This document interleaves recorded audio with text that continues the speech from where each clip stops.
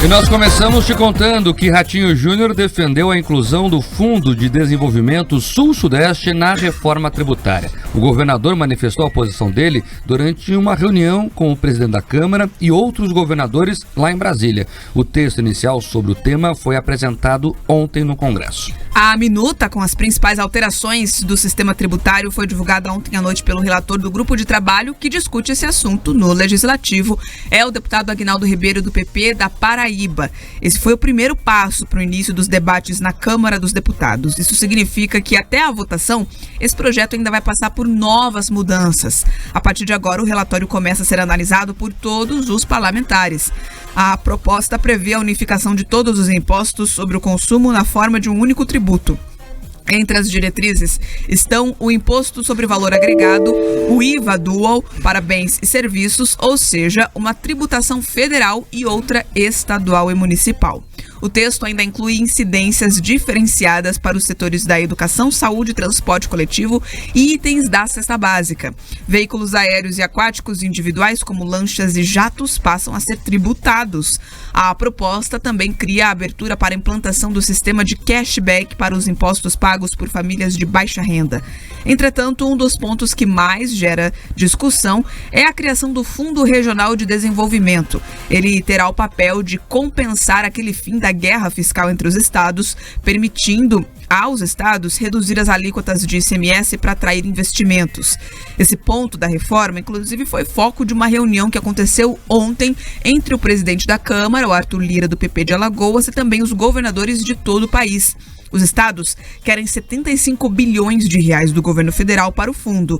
Porém, a proposta apresentada ontem prevê um aporte de 40 bi para essa iniciativa. Durante o encontro na capital federal, o governador Ratinho Júnior defendeu que o fundo também atenda ao Sul e o Sudeste.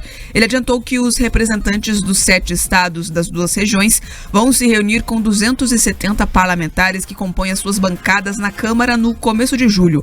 A ideia é fechar questão em pontos primordiais sobre a reforma tributária. O Sul e o Sudeste há muitas décadas lutam por isso. E se isso não estiver claro nessa PEC, possivelmente nós vamos ter argumentos fortes para poder convencer a nossa bancada que isso também vai estar no segundo momento. Então acho que é importante, aí como sugestão para o deputado Aguinaldo, poder fazer essa avaliação dessa proposta do Sul e Sudeste. Nós teremos uma reunião dia 4 de julho com 7 governadores do Sul e Sudeste, mais o governador do Mato Grosso do Sul que compõe o CODESUL, com todos os membros das nossas bancadas, serão 270 deputados, em torno de 270 deputados, que nós vamos fechar a questão justamente em cima desses pontos que são primordiais para os estados que compõem essas regiões. No mais, estamos à disposição, sabemos que nós temos que tratar de forma diferente as regiões do Brasil, cada uma tem as suas vocações, os seus potenciais, tem os seus problemas. A pobreza não está apenas numa região, ela está disseminada, lamentavelmente, em todas as regiões do Brasil e que nós temos que combatê-las de forma igualitária com a força do Congresso.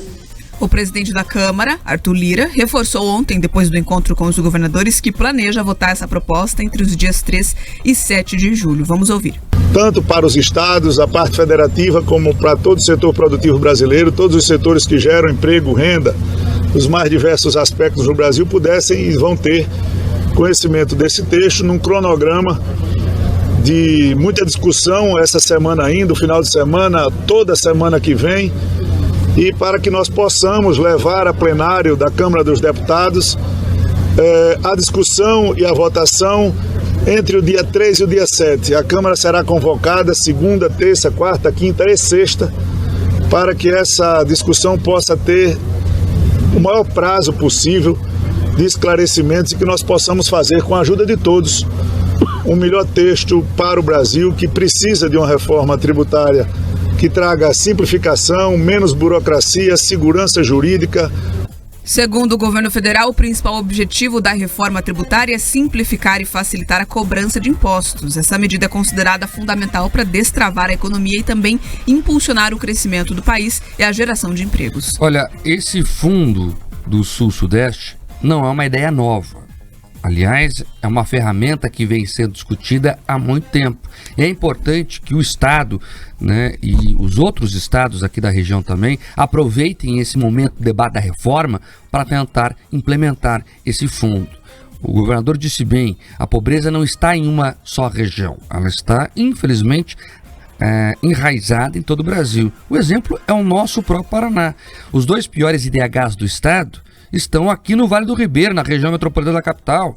Dr. Ulisses, por exemplo, e também Cerro Azul. São as 2 cidades com menor índice de desenvolvimento humano, do lado da capital. E precisam de socorro, precisam de dinheiro para poder se desenvolver economicamente, socialmente, né? Não é justo que todos nós que paguemos impostos vejamos que o dinheiro vai só para essa ou para aquela região. O dinheiro tem que ser dividido em todo o Brasil. Outras regiões já têm esse fundo, ou pelo menos ferramentas semelhantes, ou uma atenção especial do governo central. Então é importante que o Sul e o Sudeste, que concentram 56% da população, que concentram a maior parte da produção do PIB nacional, também tenham esse socorro.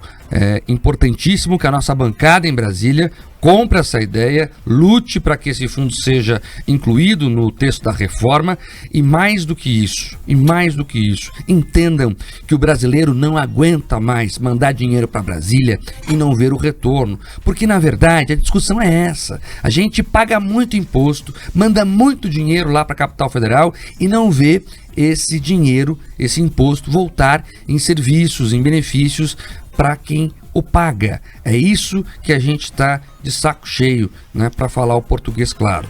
Vamos acompanhar para ver como é que o tema vai se dar. É importante dizer, Pedroso, que o fundo não entrou da maneira que deveria no texto, pelo menos no apresentado ontem, mas é claro, esse texto está aberto. Esse texto é vivo, né, e o plenário tem condições de fazer modificações. Eu conversei com quem esteve na reunião ontem, entre os governadores e o Arthur Lira. O relato é que a reunião foi boa, o Arthur Lira está aberto a discussões, inclusive prometeu que o texto, claro, vai ter alterações, de modo que deixe estados e municípios com caixa maior.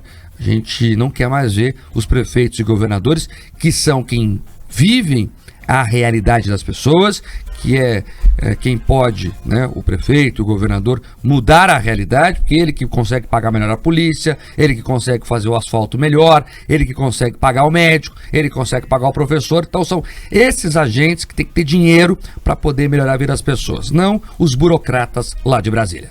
Olha, eu fiz uma análise do texto que foi apresentado, das partes, né, das principais partes, conversei com algumas pessoas que acompanharam a reunião e vou dizer o seguinte: tudo que eu entendi do texto, além da simplificação, é ruim. É ruim. Primeiro de tudo, Mark, eles tentam de alguma forma garantir a arrecadação para os estados. Eu entendo que os estados ficam felizes com tudo isso, mas a única forma de você ter uma garantia prévia, independente do tamanho da economia, independente dos ventos do que aconteça no mundo, das nossas exportações, do consumo, você não tem como garantir que a arrecadação sempre vai crescer, que você vai conseguir corrigir a inflação, pela inflação, toda a arrecadação. Então, a única forma disso, de fato, acontecer é o seguinte: é ampliando o apetite arrecadatório do Estado sobre tudo aquilo que a gente produz, sobre o nosso bolso. Então, esse ponto já é ruim. Outros pontos que são ruins, tanto quanto, é o seguinte: eles deixaram a fronteira entre quais tributos são federais e estaduais um tanto quanto leves. Para quê? Para no futuro, caso exista algum interesse da União em pegar o que hoje é arrecadado pelos estados e municípios, eles conseguiriam. Tem um papinho que eles estão usando: olha, hoje a fronteira entre o que é serviço, entre o que é bem, está muito fluida, a gente tem que deixar essas coisas mais leves para que a gente consiga distribuir melhor as riquezas geradas. Balela. E daí vem a pior balela de todas, que olha só, vamos construir agora todos os argumentos aqui desse fundo e a lei complementar vai resolver as alíquotas. Não vai. Eles estabeleceram 2 fundos, vamos lá. Um para compensar a política, né, de incentivo, que era da chamada guerra fiscal, e outro fundo para substituir todos esses outros fundos de desenvolvimento regional. Agora tem governadores que participaram lá do Norte, Nordeste, que são contra os estados do Sul e Sudeste participarem da divisão desse fundo. Eles não querem nem conversar direito. Nessa proposta original não vem estabelecendo quais os critérios, o percentual para cada um, como que isso funcionaria. E daí, você chega na lei complementar, quando você olha o tamanho das bancadas de todos os estados, essas regiões, mesmo tendo uma economia menor, mesmo tendo uma população menor, relativamente elas têm uma representação política maior. Então é fundamental que essa reunião que está prevista, o governador falou para início de julho, segundo a minha fonte estaria ali para 4 de julho, então você teria a possibilidade dessa bancada se unir. Agora, os nossos deputados federais, eles têm que superar as cores partidárias, eles têm que superar as diferenças e as brigas que eles têm entre eles e pensar na população. Ninguém pode cair nesse papinho de que só a simplificação é boa, se por um outro lado eles ficarem ali batendo a nossa carteira, porque pelo texto que eu vi, Mark, eles querem é isso, bater a nossa carteira sem o menor pudor novamente, e daí os estados do Sul, os nossos municípios vão ficar chupando o dedo, se preparem. Além da regra de transição de 50 anos, que é uma balela, mas no fim e ao cabo a gente vai sofrer com tudo isso.